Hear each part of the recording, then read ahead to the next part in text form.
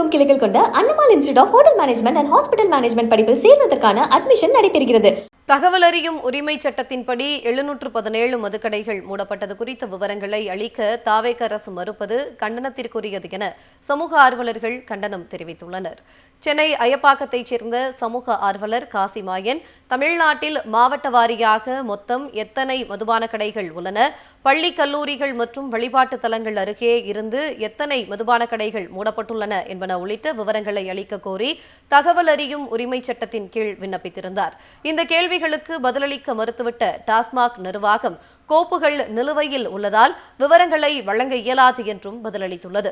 இதுகுறித்து கலைஞர் செய்தி தொலைக்காட்சிக்கு பேட்டியளித்த காசிமாயன், தகவல் அறியும் உரிமை சட்டத்தின் நோக்கத்தையே தாவேக அரசு சீர்குலைத்து விட்டதாகவும், வெளிப்படை தன்மையற்ற மாநில அரசின் போக்கு அதிர்ச்சியாக இருப்பதாகவும் இது கண்டனத்திற்குரியது என்றும் கூறினார்.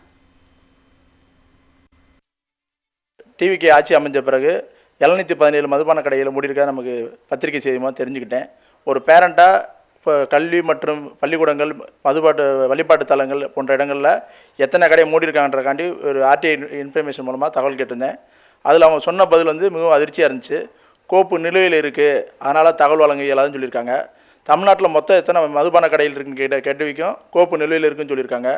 அது மூடப்பட்ட கடைகளுடைய எண்ணிக்கை வரத்தையும் கேட்டப்பையும் கோப்பு நிலுவையில் இருக்குன்றாங்க. இந்த மாதிரி ஒரு டிரான்ஸ்பரன்சியாக பதில் கொடுக்க வேண்டிய இந்த ஆர்டிஐ ஆக்டுக்கு மிகவும் வெளிப்படைத்தன்மை இல்லாமல் அவங்க என்ன பண்ணிட்டு இருக்கான்ற விஷயத்தை அரசாங்கம் வெளிப்படைத்தன்மை ஆர்டிஐ ஆக்ட் படி மதித்து பதில் தர மறுத்தது அதிர்ச்சியாக இருக்குது, வேதனையாக இருக்குது.